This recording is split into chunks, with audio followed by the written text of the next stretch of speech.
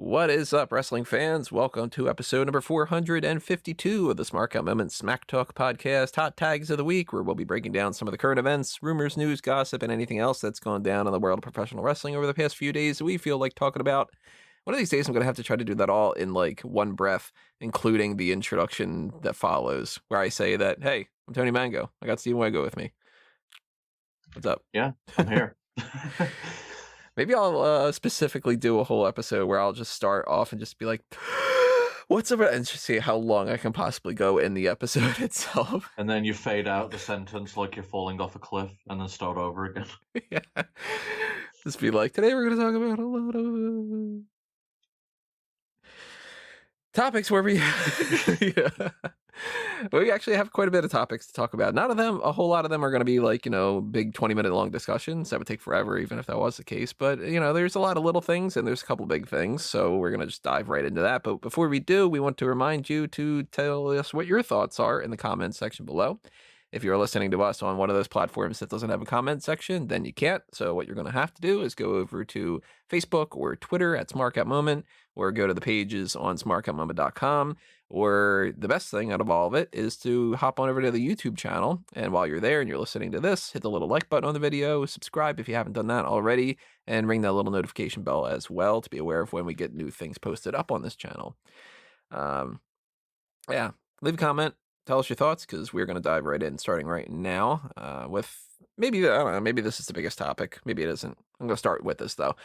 WWE has been apparently looking for different ways for them to host SummerSlam outside of the WWE Performance Center, because, man, it is getting so frustrating watching the same exact show every single week for, 7 hours or whatever. And when they do the pay-per-views, it doesn't feel all that special. And they want to do something, and they're looking apparently at all these different areas that they could possibly do something with. So far, it doesn't seem like it's really worked out all that well. They don't have anything confirmed, or at least the reports that are talking about this don't have anything confirmed.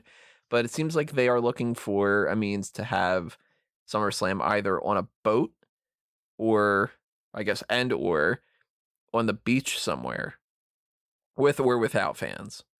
Of course, I doubt that the fans are going to be an option as much. The boat might be an option. The beach might be an option, but it doesn't seem like they've been able to do that so far. In theory, if they're able to pull off one of these things, what do you think? You got like a preference or anything? Yeah, definitely. The boat sounds kind of awesome. SummerSlam is meant to be the runner-up to WrestleMania. They're almost at WrestleMania. And it just being in the Performance Center is going to feel like a drag. If they want to make it special, they need a really cool atmosphere. So something like either a boat or the beach would be great, but preferably the boat, because I don't think WWE's ever done that before. Obviously, we've seen it with Chris Jericho when he does his cruise, and people seem to say that went over well. It's going to be weird, though, if they can't bring fans on there, or if they can sell a package to a certain amount of fans because they're in international waters. I don't know. That would be kind of interesting if that's how they do it. Is international waters? They just get in trouble with like, bringing them back to the United States or something. I don't like the boat idea because I feel like there isn't a way for them to not look sad. Like the whole Jericho Booze Cruise, or what was it called again? The Rockin' Wrestling Rager? I think that's something like that. It's like some super long title. Chris Jericho's Rockin' Wrestling Rager at Sea #2. The Reckoning returns with more boats, or I don't know what the fuck. But it's something that I think that only really worked because they had a lot of fans packed in there. And if WWE can't do that, it's going to just seem like a couple people wrestling on an empty boat. And that's going to feel weird. I think if they can't get fans, I'd rather it be the beach, actually. Just because then at least it's got a different vibe to it. And it looks empty, but it doesn't look empty because of a lack of people. It's just empty because it's, the beach is kind of empty sometimes. Or we just don't hold SummerSlam in the typical sense, and we hold Summerfest instead on the boat, and just watch all the wrestlers get shit-faced. I'd rather watch a drunk Brock Lesnar than just watch another wrestling event with no fans for 3 hours. Well, then maybe instead of Summerfest, because they can't get like a boat or a beach kind of thing or whatever to make it real summery, Maybe they do Fest Slam. And it's Slam Fest. There you go. They could do one of those too. Now somebody's gonna go trademark them. I don't know. I mean, I like the idea of them doing something different though, and I really hope that they're able to pull this off. If they don't, and it's in the Performance Center, it's not the end of the world, but it's still just going to be blah. Like they've had every pay-per-view since then there, and it just seems like it's the regular episodes of Raw and SmackDown and everything. So I want them to do something different. And I I wouldn't can't even. remember the last time that they did a beach thing. I wouldn't mind even if they just did different matches in different places. Because it's summer, I mean, you could get away with two guys having a match at a water park. You've got a whole bunch of different options. Especially something like an R-Truth segment for the 24/7 title, have him running around with Shelton Benjamin or something. Like everyone remembers the Crash Holly in the ball pit, and fondly, I forgot what that place is called, but they could definitely do something similar like that at a water park with R-Truth. That'd be hilarious. And it's not like they don't do these cinematic things anyway. So just go ahead and figure out some other locations and film them at different times. You can film the if you do like an R-Truth thing or a water park thing or whatever like that. If you do it and you do it days in advance, then you don't have to worry about the filming as much. Yeah. But I like the beach idea because it has been a while. Like they've done a couple outside things, and obviously they've had outside things that aren't the beach, like the tribute to the troops, for instance. They've done that outside before, and Luger had that whole thing with body slamming Yokozuna. So they've done outside things, they've done beach things in the past, but I always thought that SummerSlam should have more of a beachy, summery feel to it. And if AEW can pull it off with Fyter Fest and Bash at the Beach, SummerSlam, come on, WWE, you could do something. There's got to be places in Florida for them to have chunk off a section of the beach and film. You'd think so, especially with how lax Florida's been with their fucking rule set. Especially since it seems like WWE can just do whatever in Florida, and they're like at least the option that can just do whatever they want. I'm sure if they told Ron DeSantis, like, hey, we want to section off a bed of this beef, yeah, just a bunch of steaks, this section of the beach, and we're going to set up a ring, and we're going to have, some matches there. We're going to film that from like 10 o'clock in the morning until 5 o'clock at night. We're going to do a couple matches. Film it ahead of time. There you go. I'm sure it's fine. So if they don't do something, it's going to seem kind of strange to me. I mean, if they really want to get away with it, we just saw UFC go to Abu Dhabi and just borrow their island and call it Fight Island, so they could easily find somewhere to record. There's got to be options. There's definitely options. It's just how much are they willing to spend? Yeah. Well, that's something that we should talk about here. I actually don't have it listed down on my hot tags. I might have to change that, but WWE has apparently made like record profits throughout this whole thing. The reports of the potential of them making profits a couple months ago, it was around like the 10 million mark or so. A lot of people were talking about how, while they released a bunch of people, so maybe that would be a good way for them to make a lot of more profit than they would have normally in this kind of scenario. And the fact that they did that, plus they haven't been working with traveling and they haven't been doing anywhere close as much of the traveling costs and production costs as it is. Apparently it's somewhere around $51.6 million that they saved. But they couldn't afford Zack Ryder. No. That's it, right? Like they can't afford to have a lot of these people on the roster, yet they make that much just in savings. The one report says they had for their revenue report $224.4 million. And in the previous one, 268.9. Now that, of course, came with the Saudi Arabia deal, so you bump it up when it comes to $50 million or that kind of thing. But it's crazy to me, especially since it seems like the ratings are going down. But they just saved that much money that they ended up having over $200 million in revenue. All those talents that they released can't be like much of that. I feel like they just wanted to release a bunch of people and they just used the COVID to justify it. That or Hmm. they panicked because the numbers don't seem to add up unless these guys were getting that overpaid. Maybe Scott Steiner's doing the numbers or something. It's Mojo. Take Um, my 33.5%. yeah, I mean, that's how they calculated who to release. Is they were like, well, if you take your 33 and a third percent, you add my 64 and whatever.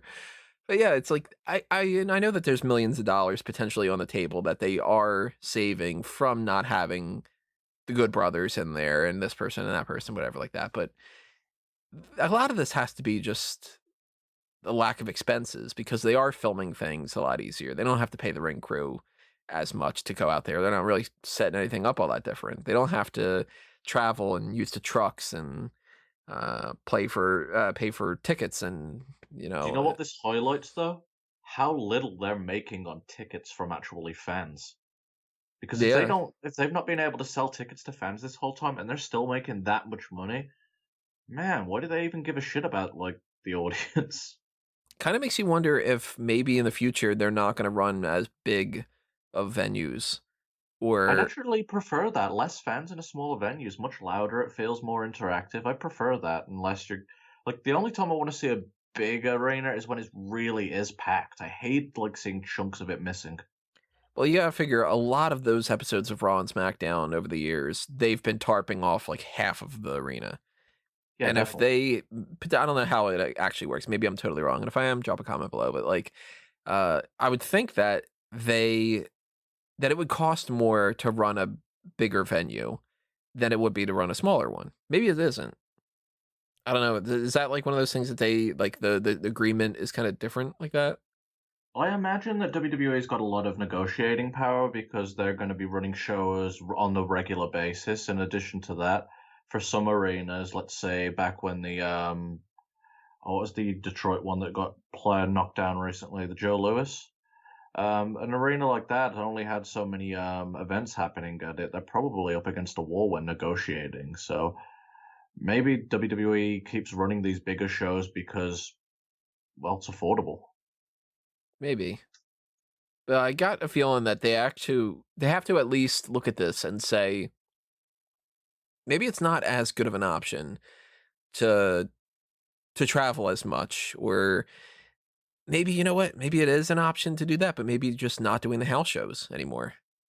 If you cut that out entirely, they miss out on some stuff, but they probably don't miss out on a lot of traveling expenses because you do have to set up a lot of things. You don't have to set up like the full Raw set and all that other kind of stuff. And not everybody travels to them, but they don't pay for everybody's travel and everything anyway. So if you got to move the ring around and you got to do a lot of things like that, they might be like when things quote unquote go back to normal, they might be looking at this and saying, let's do more shows like this or something. And I really hope that that's not the case as far as the aesthetics go. Like you need the fans. So you need to have fans there, but I don't know. I mean, to make that much money and to save that much money, it's got to get them thinking. Yeah, I could definitely see them doing some cost-cutting measures, especially until they get the audience back up. And we don't know Because when that's going to happen either, too. So because I imagine their negotiating power next time that they've got to deal with Spike or deal with the USA Network, they're not in the best position right now. it'll all depend, I think. If they can bump up their ratings to, I guess, like the level that it was before, or maybe even a little bit better, I think that they'll be in a massively good spot because then they could even go, remember how everything sucked during COVID and we kept running shows? Don't you want to have a program on your network that you can rely on that can always find a way, that kind of thing? But if the ratings keep tanking and it ends up being like, it doesn't matter if you can still keep running because nobody's watching the show, then, you know, we're in a weird time. It really is so strange. I did not expect this to happen this year where I'm just really everything interested gets what thrown around. I'm really interested to know what the next quarter is going to look like. We It figured the next quarter is going to incorporate anything that's a boost from SummerSlam, and then the downside of potentially people going back to school and not um, being at home and dealing with more stress and more problems like that. Maybe another wave of COVID because everything in the next fall is going to be a whole big thing like that. So yeah, it's going to be strange. Strange times indeed. I just don't know. I feel like they're going to be okay in the long run because it's WWE. It's like the turd that you can never flush down. But if things keep to going the way it is, the immediate future of WWE by the next 2 quarters could look very different. And you know what? It might even be one of those circumstances where if they save enough money over the course of this pandemic and they end up going like in the more positive kind of direction, 2021, they might go on like a hiring spree and they might bring a whole bunch of people into the company that were brand new or indie people or sign people back again or something like that. And that might be kind of strange too. It'll be interesting to see how many bridges they burnt when they released all these people. But I imagine some people will come back as long as they wave enough money. There's certain people I would assume probably aren't going to come back. Maybe ever. Like I can't picture the Kanellis duo coming back. They Yeah, that feel seemed to end really really roughly. yeah. I don't think that the Good Brothers are going to come back. I would assume at some point if they were to hire like Kurt Hawkins, he'd probably be like, all right, like I some honestly, people.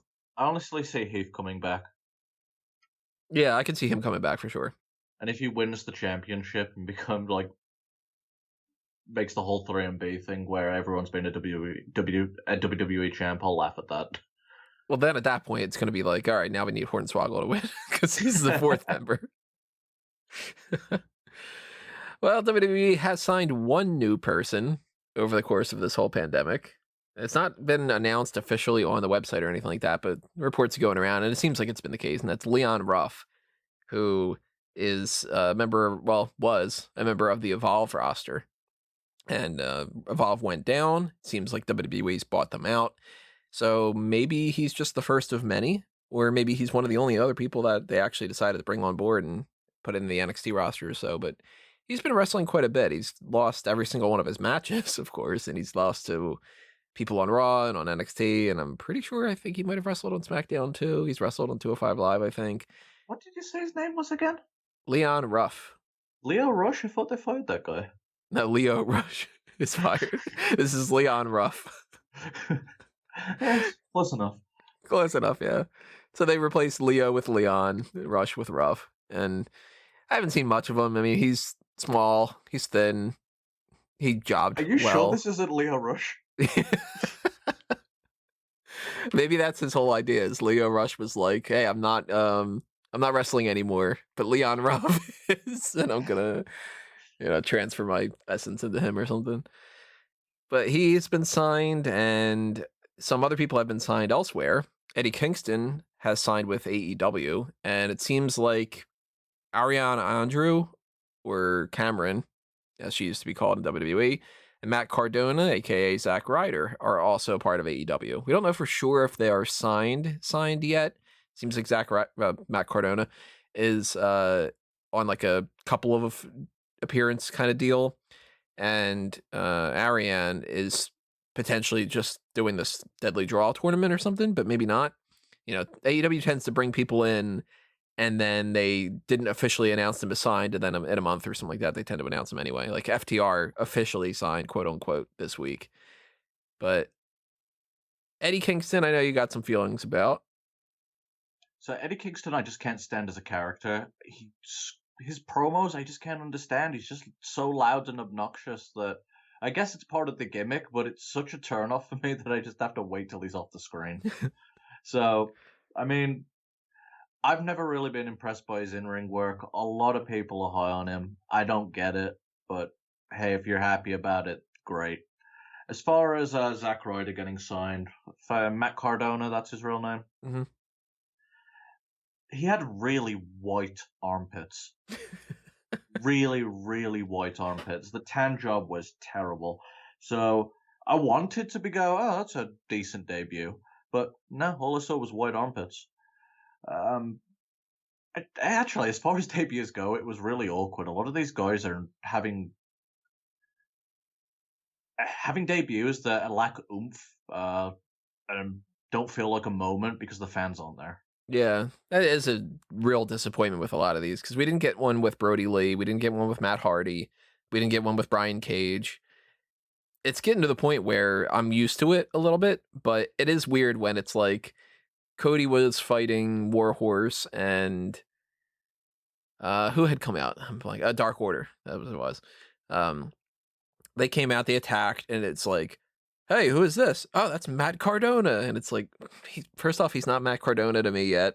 So that's already strange. It's weird when somebody starts, oh, is that Heath Miller? Like that kind of thing. And you're like, see, he's been Slater for 10 years. No, and it's like, Well, Zack they Ryder's. didn't. I heard they didn't even use his last name. He's just Heath now, isn't he? Oh, God, is that. That's terrible.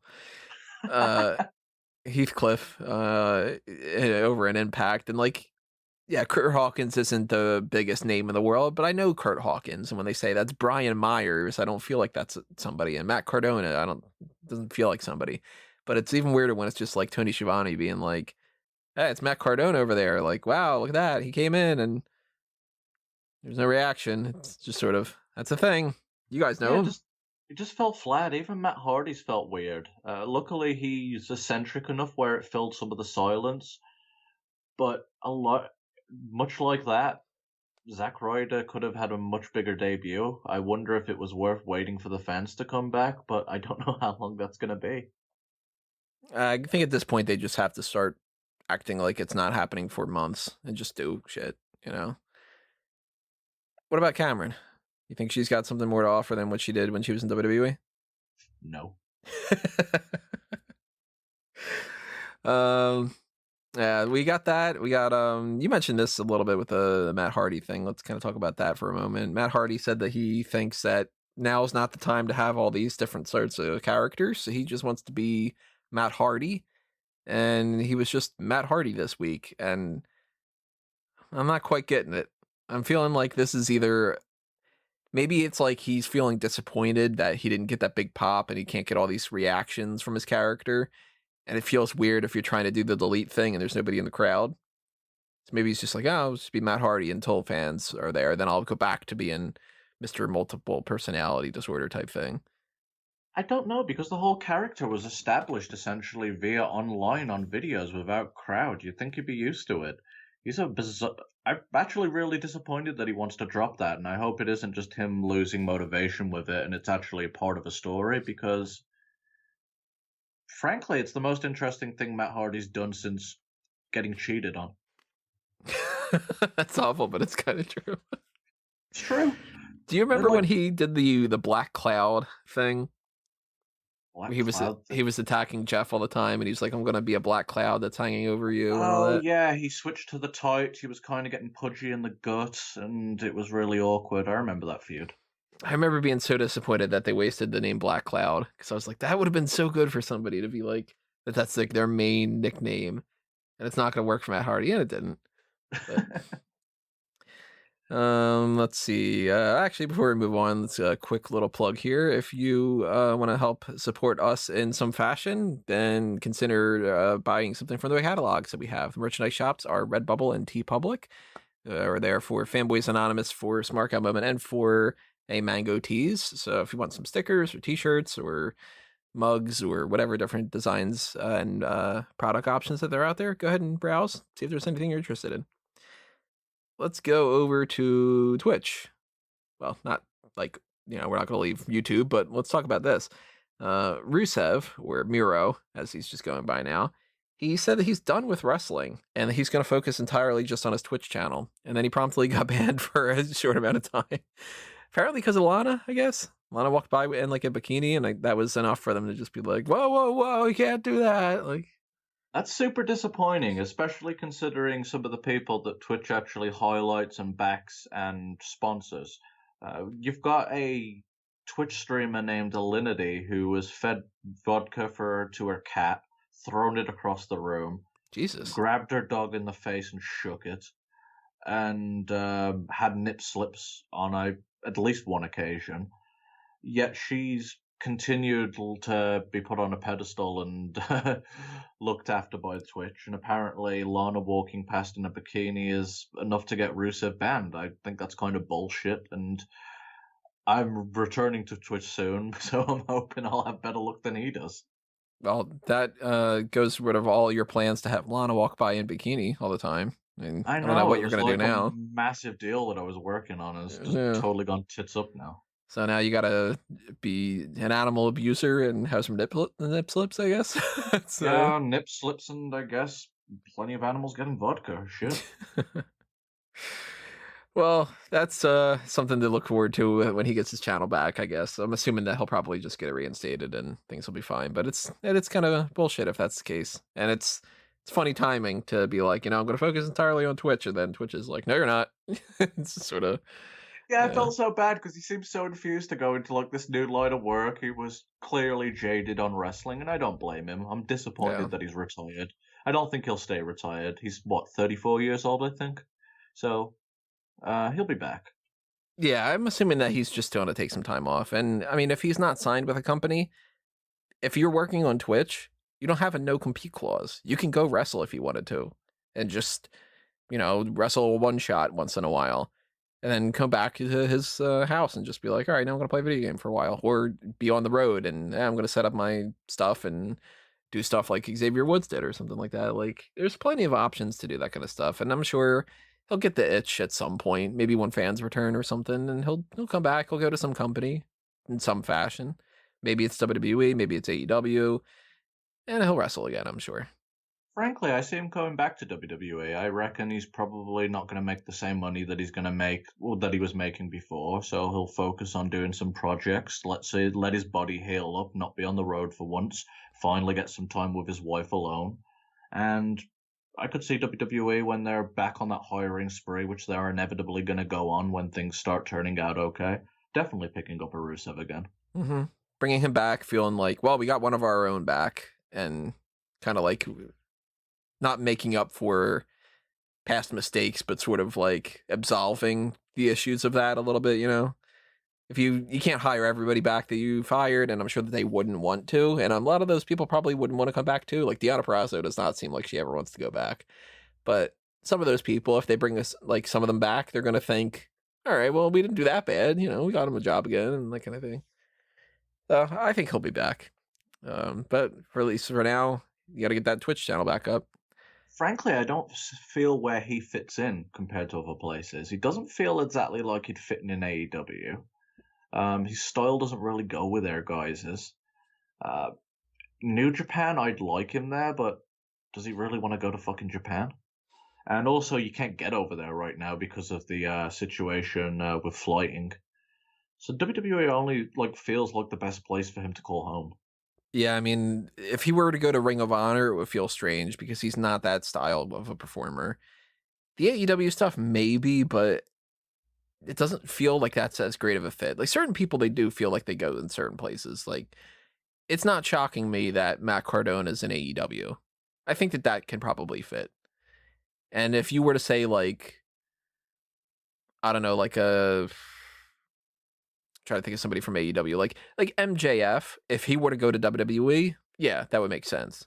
Yeah, he'd gel perfectly there. He's definitely one of those guys. And Rusev, as much as Rusev can go in the ring, but he's not like the greatest performer in the world. He's very character based, and he just fits WWE much better. I can't picture Rusev in MLW, for instance. I can kind of picture him in Impact, maybe, but it would be weird if he were to go to like Ring of Honor or like Yeah. NWA. Like I can't picture Rusev in NWA. For some reason, Impact would feel less weird to me than AEW for him.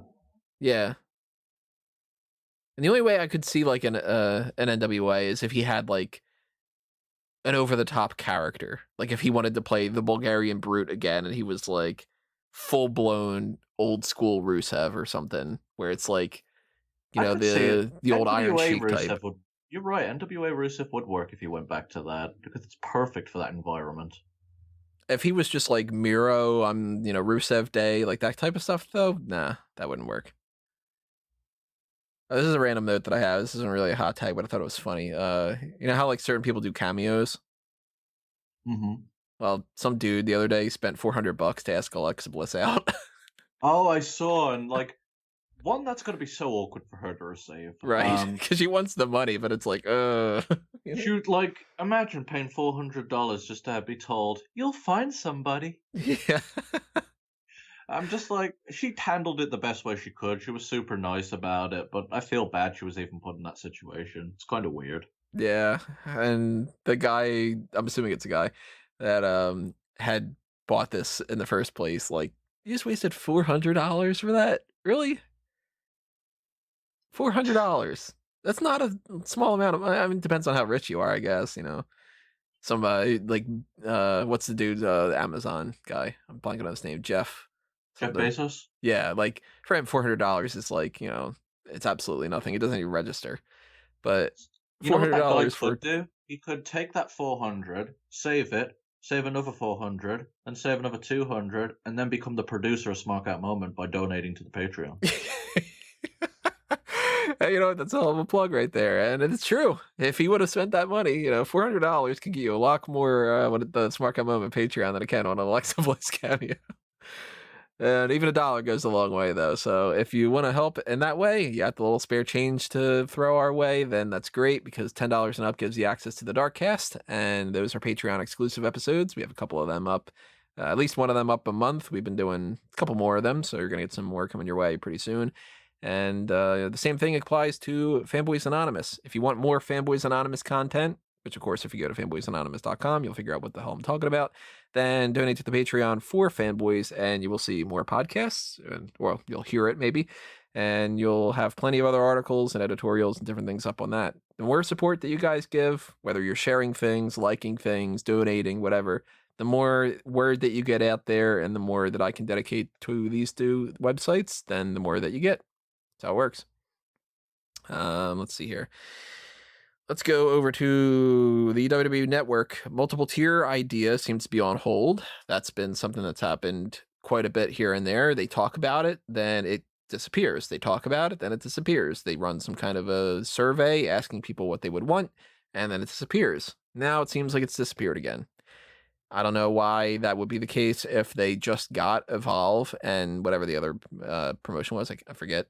You would think that now would be more than ever a time for them to say, well, we have that free version of that, and we've got these other companies, and let's put this out there and try to get some more money. But somewhere down the line, they're going to have multiple tiers. It's going to happen. Doesn't Well, seem I like it's wouldn't. going to be anytime soon, though.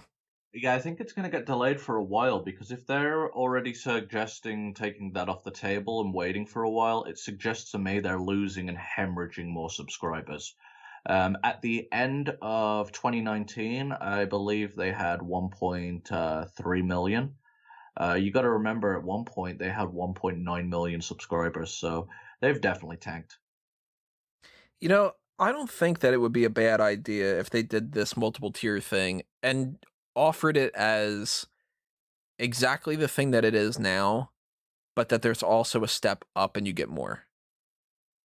Because I think that, like, you're paying $9.99 right now and you're getting the pay-per-views, and that's what really ultimately that's what people want. Because now we don't have NXT anymore. So what's the draw? It's the pay-per-views.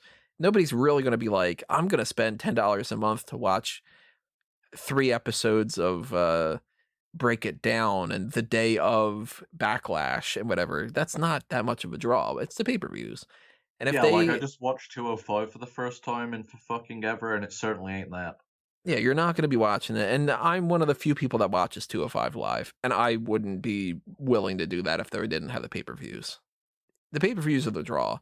And if they keep that, if they keep everything exactly the way that it is right now, and then they just say, hey, for an extra $5 a month, you can get access to this extra grouping of non-WWE shows, like Evolve and some old school content, whatever. Not many people are going to do it, but maybe some people will. And then you're not losing any money because you're not telling people you're taking a downgrade and you have to justify paying more for it. If you tell people that the pay-per-views aren't going to be on there anymore and you have to spend $15, a lot of people aren't going to be willing to do it. And that's being greedy. But if you just go, well, we'll offer you some more if you want to pay more, there's going to be some people that'll do it. Because there's people that'll do like, oh man, I watched the network just because I watch old WCW events and whatever, like that kind of stuff. And I kind of liked their idea of what they said before as one of the options, where they said maybe another tier is for $5 a month, you get access to everything except the pay-per-views. Yeah, just do an archive. Just do an archive, and then for the pay-per-views, you have your normal whatever a month, and then maybe for $15 a month, they can start making exclusive content, because they always talk about doing exclusive content. It's always crap. You could actually put some money into it. Yeah, and when we get to the point where they can do those house show things that they were talking about, where they were doing like Smackville and all that crap, then if they can record, or they don't even need to record new ones. If they just put up videos of old house shows as part of that $15 tier, I'm sure there's some people that are going to want to be watching that.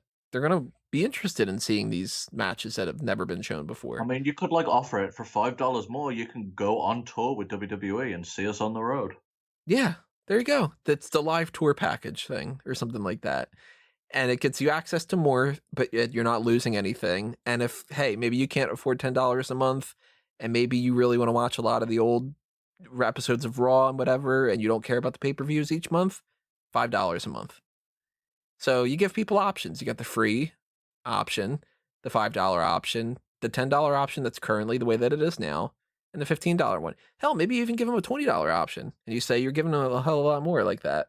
Maybe that's the live house show thing, and maybe the $5 more is the Evolve and everything. So it's like the $10 is the standard package, the 15 is the standard plus, and the $20 is the ultimate package or whatever the fuck. I don't know. You'd have to talk to some marketing department about that, but doesn't seem like right now is the time to do it, but eventually they're going to do it. And if they want to make the biggest mistake, they'll take the pay-per-views off and try to charge people more, because people aren't going to do that. That's not happening. I want to see them do it just to see how fucking. I just want to see a good blow up in their face and them have to realize how delusional they are for even suggesting it. Do it for one pay-per-view and see the network subscription goes from 1 million down to like 8 people. Because they would lose in that first month. I'm sure after people realized that they didn't get the pay-per-view, I'm sure people would just be like, all right, then fine, I'm not doing it. And then the next time around, they'd see probably a quarter of the people would just disappear, if not half, maybe even more. There's little reason to have the WWE Network without the pay-per-views, because their original content is nothing to be inspired. It's the equivalent of a YouTube show. Yeah. And that's the truth of it. They've produced things on YouTube that are better or of the same quality. So, yeah, without the pay-per-views, it's absolutely worthless. And it's weird about the pay-per-views too, because here's the situation that we got going on right now. We're building up to SummerSlam. NXT is building up to TakeOver, which is happening right before it, the day before Saturday. But apparently, there's more confirmation now that the week after SummerSlam, we're going to get another pay-per-view. And it's going to be Payback making its return. So WWE wants, in theory, people to watch 3 pay-per-views over the span of 8 days. Oof, and people say that, I actually get people argue when I say that WWE is oversaturated, but 3 pay-per-views, and then how many hours of programming do they expect you to watch a week, especially if you include all the side shows? Crap. It's bad. You got 3 hours of Raw, 2 hours of NXT, 2 hours of SmackDown, 20-something to 40-something minutes of 205 Live. You've got this recap thing of NXT UK because they can't run new shows. That's however long that is. I haven't been watching that. You got the 2 hours of NXT. Right now, I already mentioned that. You got, I think it's an hour of main event. You've got all the stuff like the bump, and they used to have backstage, so they were an hour apiece. You've got YouTube videos with the Fallout interviews and whatever, and you've got at least one network special a week. All that stuff. It's like, 15 hours worth of material, and then they go, hey, 3 pay-per-views in a row, and it's like, that's really exhausting. And I'm assuming that SummerSlam is going to be hurt from this. Yeah, definitely. They have issues building to pay-per-views as it is, and and apparently they've been having issues coming up with more ideas for cinematic matches. They're just going to stretch themselves thin. Do you figure they are going to have a lot of instances with this Payback and SummerSlam thing where either they're going to split the difference and do half the matches on SummerSlam and half the matches on Payback, or they're going to do that kind of thing where they have like, we're building all the matches up for SummerSlam, and heading into it, everybody's going, well, you have got nothing set up for Payback. What are you going to do? And then at SummerSlam, it's a bunch of shenanigans. Like, you know how they did with like Asuka and Nia Jax have a double count out, and then Asuka beats Nia Jax the next night on Raw. And it's like, well, then why did you bother doing that? And the Sasha Banks and Asuka thing ends up being this like referee that doesn't really count and whatever, but we're going to do that in 2 weeks on Raw and whatever. They'll probably do that kind of crap where it's like at SummerSlam, somebody gets pinned with their shoulders down, or they're with the other person's shoulders down at the same time. Somebody else, they were tapping out, but they had their foot under the rope. And this other person, well, this, you shouldn't have really said that was an I quit match because they didn't say I quit. And then they just do a rematch at Payback. And nobody's going to want to care at that because then it's just going to be you wasted SummerSlam, and then now you're redoing it again at Payback. They can't exist on repeats. And that's all they're doing is stretching things out. I mean, we've been complaining about WWE repeating the same shit for years. They've never got. It's just a lot of these things are going to get highlighted a lot worse when the product is as bad as it is. Yep. Well, we'll see what happens when it comes to Payback, but that means that over these next couple of weeks, we're going to have, I don't know what for the main event next week. Then the week after that, we're going to have the top rope list in some fashion of the NXT stars. And then we're going to have 1, 2, 3, 4 pay-per-view point episodes in a row. And then a week of question marks, and then another pay-per-view after that, because Clash of Champions is 2 weeks after All Out, which is the week after Payback, which is the week after SummerSlam, which is the day after TakeOver. But nah, WWE isn't oversaturated. Yeah, from August 20 whatever it is, 22nd of TakeOver until Clash of Champions on September 19th or whatever it is, I think. It's going to be 1, 2, 3, 4, 5 pay-per-views over the course of a month. Man, that's going to be rough. But got to do it. Let's see. The only other this is the only other thing that I have left. Yeah, I think this is the only thing left other than TV we talk. went through a lot of them. Is the Deadly Draw tournament that's happening in AEW might be airing 7 p.m. Monday night on YouTube instead of actually happening on Dark or Dynamite. I mean, I can't blame them. Like, if that's the one where they're gonna throw women together, throw the women just together in random teams, right? Yep. Yeah, of course they're gonna. I wouldn't want to put that on one of my shows either. It's gonna bomb. 7 p.m. on Monday nights on YouTube, though. To me, it's kind of interesting that they want to use that as like a lead-in to Raw. Just imagine a bunch of people unfamiliar with each other teaming up for the first time to take each other on. It's like, it's not going to work out well. And nobody knows the characters that well, so it's going to be hard to honestly care or give a shit. You mean you're not excited that Cameron is back? Like, if they did this with just a bunch of... I just don't get it. I don't get the appeal to it. I would have rather just the women had a singles tournament. I would have enjoyed that a lot more. Or even just if they're doing this tournament, just stretch it out over the course of the next few weeks on Dark. You do it on Dark if you don't want to do it on Dynamite. Yeah, just do a couple matches each time, or even one. You can get away with stretching it out a long time, but as a whole event, it does not sound appealing to me. Yeah, we'll see how it ends up working out with who's in the tournament and how this goes, but I'm not excited to have another whole hour each week to watch. Really burned out as it is, and if it's just this is happening on top of everything else, be like, God damn it. What, is it going to be a weekly tournament show, or is it going to just be one night? No, this is going to be for the course of a couple weeks. Oh, fucking hell. Yeah. And oddly enough, they advertised it as happening this summer, which it's August and it hasn't happened yet. Summer is like 2/3 over. Well, they're not being given much to work with, but if they can pull it off and make it great, hats off to these women. Yep. Well, let's talk about the TV stuff here. Did you check out Dynamite? Oh no. Just with that random accent there. Not a whole lot that I really feel like talking about that we didn't already. You know, the Matt Cardona thing, the Ariane thing, Dark Order's feuding with everybody nowadays. Whatever. Darby Allin's going to lose to John Moxley from a world title match in the future. Nothing really standing out to me. If you guys have anything you really wanted me to chime in about, then drop a comment below and I'll respond. MJF got a good promo. That's good. Does Jericho still look old as shit? Yeah. It's a shame. He's still, his jacket still smells like orange juice. So, the stuff from Monday Night Raw, looking back on that, we got Andrade and Angel Garza are going to be fighting for the tag titles. We've seen that before a handful of times already this year, so I'm not really all that surprised about that or all that interested in just repeating the same thing for the 9th time or whatever. Nia Jax, it seems like she might be feuding with Shayna Baszler, which is kind of strange.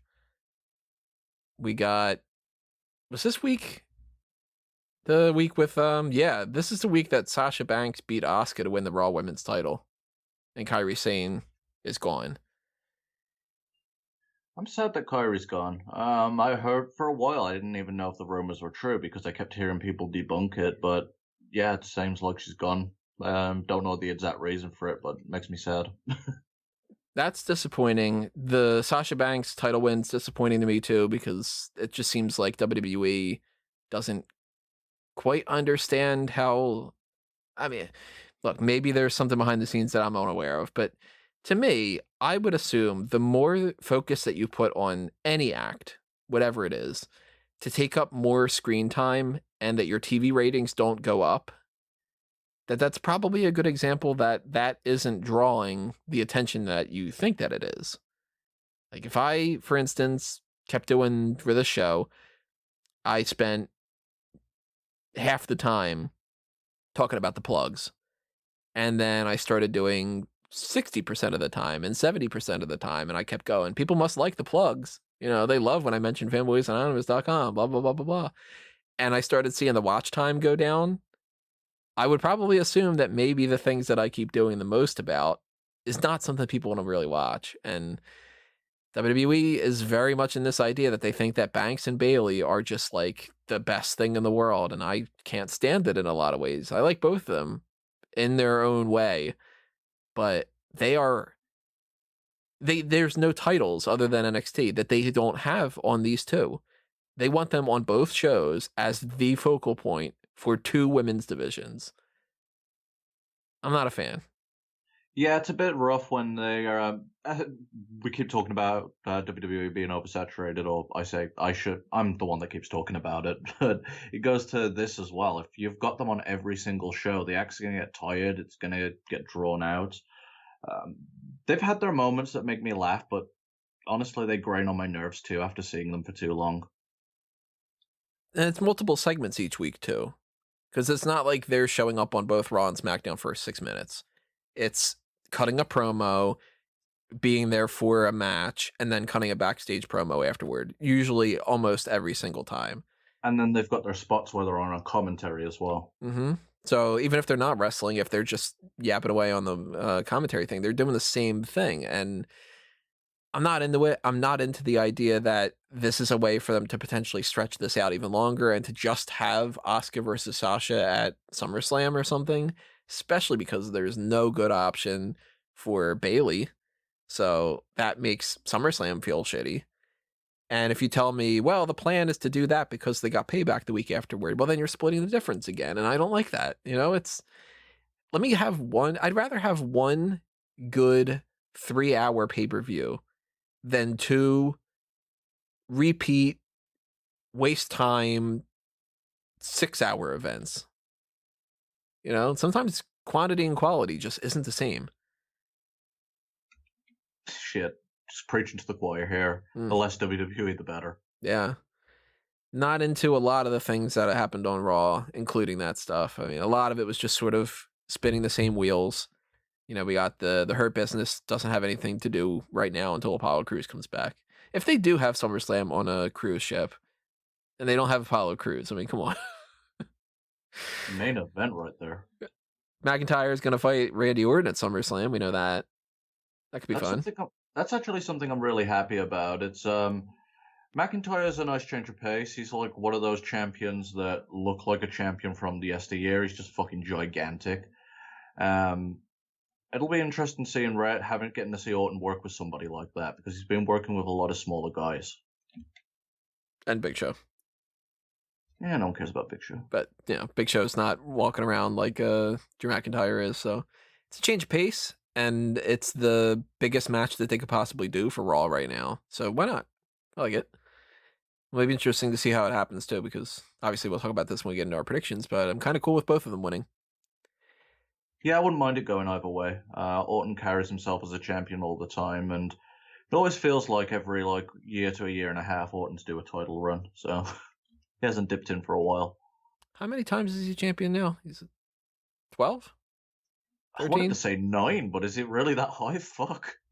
Let me double check. I think he might be at 12, but he might actually be at 13 or 14. He's close to Cena, but I mean, he's not 16. I know that.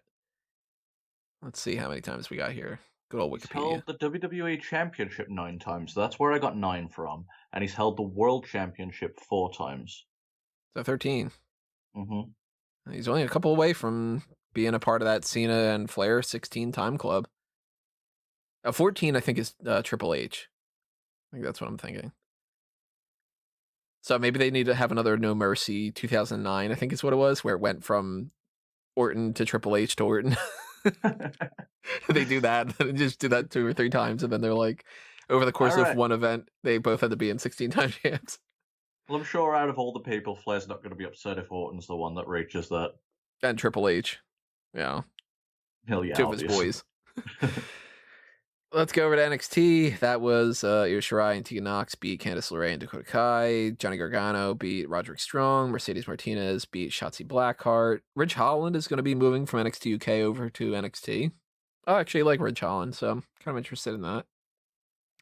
Keith Lee cut a promo about Karrion Kross, and he beat up Cameron Grimes afterward. Imperium beat Everrise. Isaiah Scott beat Jake Atlas, and we had our next qualifier for the North American title match. Dexter Loomis beat Finn Balor and Timothy Thatcher. Kind of surprised about that. I thought that was going to be Finn Balor's to win. Yeah, it takes me off guard. Who did he get the pin on? Because I didn't watch NXT. I think it was Thatcher. Okay, I was going to say, I'd be surprised if Balor took the fall for that. Well, then maybe that means they've got world title plans for Balor later. Honestly, Keith Lee versus Balor, I wouldn't mind watching. Yeah, I'm totally down for that match. A lot of these people in NXT, even though it doesn't feel as much like it's like the golden era of NXT with a lot of the other things, I mean, I like Timothy Thatcher. Finn Balor, I think, is overrated in some ways, but Finn Balor's still Finn Balor. He's not a bad addition to the roster at all. You're not wrong. I think times really made me aware of how much Finn Balor was overrated and how much great booking on NXT benefited him. Mm-hmm. He was the best he was in NXT. He moved to the main roster. He had some good stuff. You know, I had a really good match with AJ Styles and stuff, but this is actually playing into something that it's an article that's coming up soon for me where out of all the things to suggest, one of the things I suggested was Finn Balor should go to SmackDown and be a main eventer or an upper mid carder around that kind of range. Have his matches with Styles and Bryan and Riddle and Gulak and all these kind of guys. And they should move Bo Dallas over to NXT, and he should be a potential main eventer in NXT. Bring him back. Make him a star again. It kind of seems weird to say Balor and Bo Dallas would be equal to each other, but NXT, it's a different story, you know? See, that seems a weird trade, but I'm a big fan of that Bo Dallas era of NXT. I loved his feud with Pac, where I wouldn't mind seeing him get a boost again. He's only 30. Wow. Isn't that crazy? And they're not going to fire him anytime soon because they want to stay on good terms with Bray, I imagine. Yeah, so if he's only 30 years old and you can bring him back to NXT and you make him seem like a big deal because he's a former NXT champion going back and he can get repackaged and actually maybe be something, you know, that could play really well. I don't know why they don't necessarily do that, but... Since he was a motivational speaker last time, he should be a demotivational speaker this time and just have demotivational posters as his Titantron. It's old school memes. But Dexter Loomis getting in there is surprising to me because that means out of the 5 people, Dexter Loomis and Bronson Reed, they're kind of going for this like underdog new North American champion thing at the very least right now. Kind of making me wonder if the next group of the 3 other people are going to be not even the people that I thought were guarantees. Like I thought Balor was like a guarantee. I thought that Cameron Grimes and Damian Priest would definitely get in. Next week, the match is going to be Ridge Holland, Oni Lorcan, and Damian Priest. And I'm like, at this point, Ridge Holland probably is going to get in there. And Robert's right, man. Frickin' Bronson Reed. Bronson Chunk is the one to watch. It might be. They gave him a video package this week where he said the whole the boyhood dream came true for Shawn Michaels, and at TakeOver, the thick boy dream is going to come true.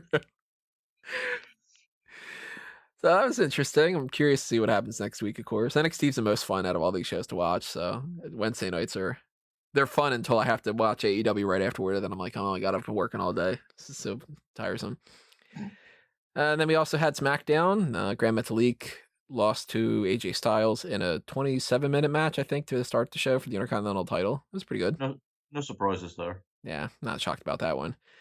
And Styles afterward was like, LOL, and just attacked Lince Dorado, too. Just for the sake of it. I thought that was kind of funny. King Corbin talked to Shorty G backstage, and he's like, hey, how about you, like, turn heel? And Shorty G's like, I'll think about it. So King Corbin beat Drew Gulak, and Chad Gable, Shorty G, whatever you want to call him, attacked Matt Riddle after the match. So you get a heel turn. Shorty G is now a villain. Actually, I kind of like that heel turn. Hey, want to be a dick? All right. Yeah. Well, it essentially was like, hey, you've been overlooked, and Matt Riddle sucks, right? Come on. He's like, I'll think about it. You're gonna pay me some money? I'll be your friend. That actually was a part of it. It was him saying, oh, we think we're friends now? We've been friends and all this. So it actually was kind of, I'll be your friend. Kind of sad.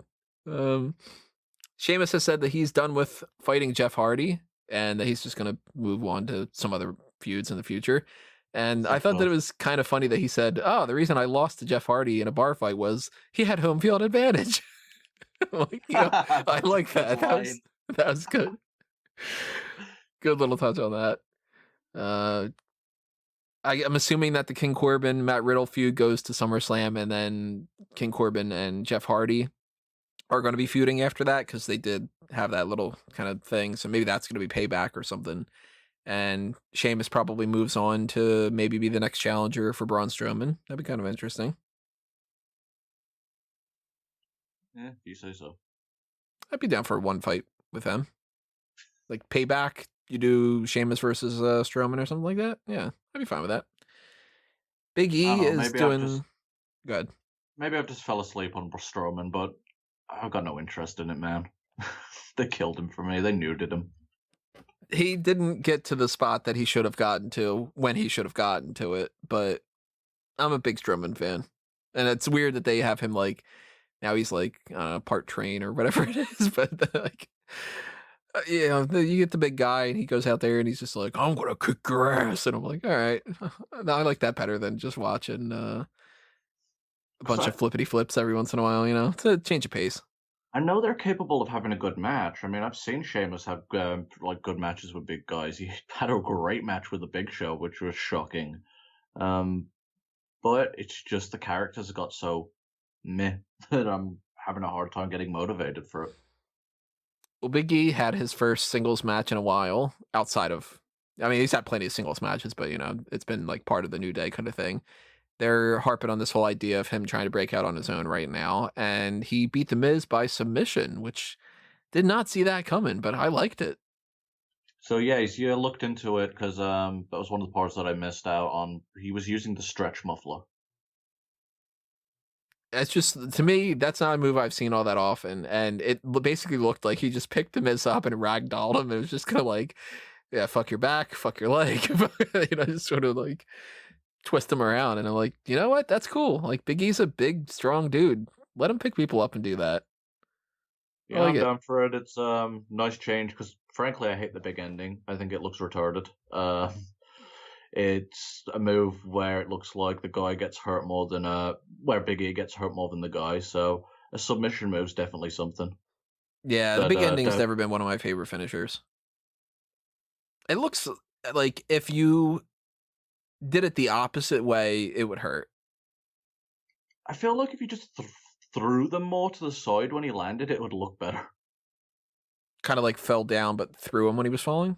Yeah, Brock like throws them and falls to the ground, like something like that. It would look better. Just anything to create more of an emphasis on the guy getting drove into the ground. Yeah, now he's got a submission move though, so I guess you could do both. Pick somebody up, do the big ending, set them up for the submission. That could work. Either way, I like that. It seems like Lucha House Party might be feuding with Cesaro and Nakamura. I'm not really into that. Naomi and beat Lacey Evans. I don't really care. Sonya Deville started cutting Mandy Rose's hair. And that seems like if they don't go in the direction of a hair versus hair match, then what are they doing? Well, that's the first vibe I got from that when she was chopping it off, and I actually really liked this segment. Sonya Deville came off as a crazy bitch, did what she needed to do. I liked that she just casually cut off another piece of her hair before she kicked her in the face. I got a chuckle out of that one. I really like this segment. If they don't go with a hair versus hair, though, it's completely wasted. Do you like the Miz and Morrison afterward cracking those little puns?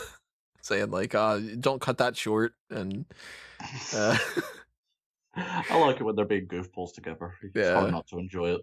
You can tell that they have a lot of fun with doing that kind of stuff. So, and it's puns. I love my puns, You like puns? Nah, not a fan.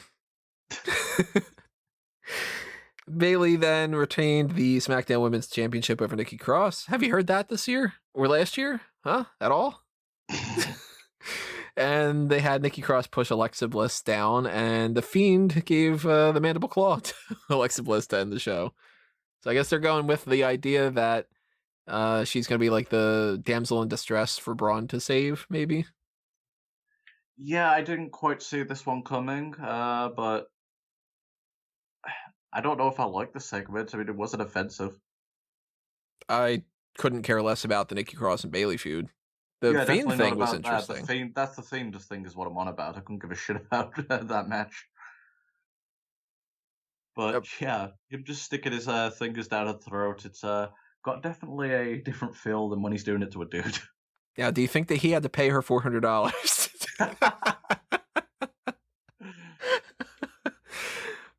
If you were the guy, if by any chance, if you're the person who spent $400 on that cameo and you're listening to this show, you got to leave a comment and tell me what you think. I really want to know.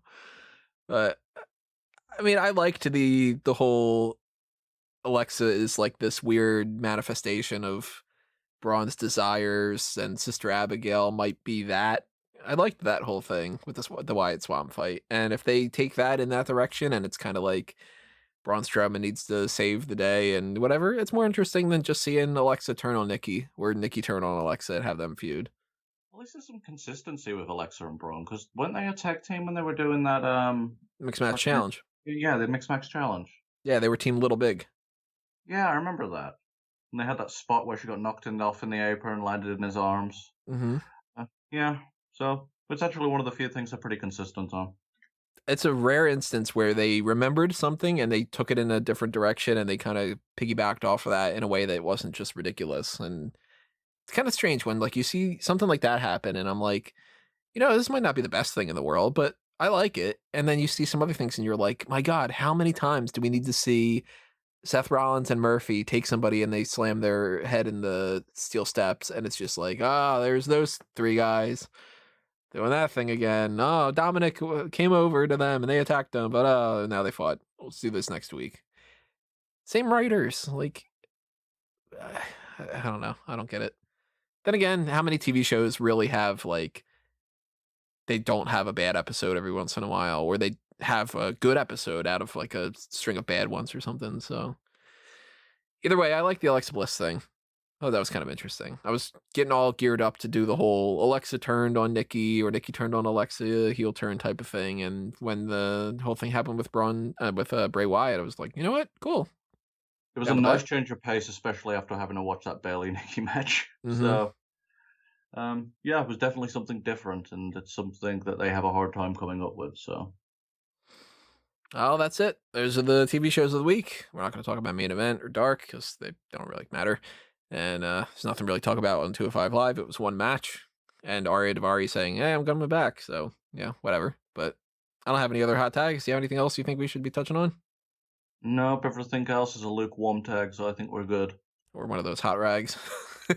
Hot rags. Hot rags. Get your hot rags here. Would you like a hot rag on your flight?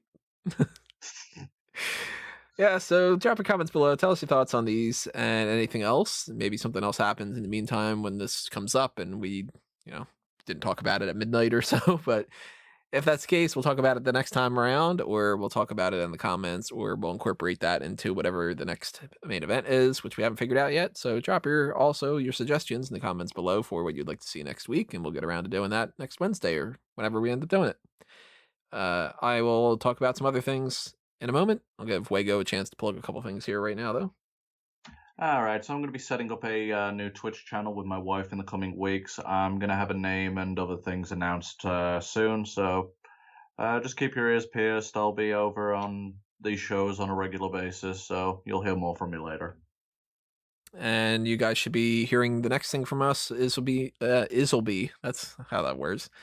Will be the Paul Heyman SmackDown podcast that Rob and Callum had recorded the other day. That's going up a couple of hours after this one. I think it's like 4:00 on Saturday or so. So stay tuned for that. They'll be recording another episode, of course. It's every single week for the while. And if we do anything else in the meantime, if you're subscribed to the channel, you'll get some kind of a notification. But I'm assuming that that's probably going to be it for this week. And then next week, we'll carry on with whatever we're doing. And we'll just see you when we see everybody. But thanks for listening to this. And this has been another Smark Out moment. We're being counted out.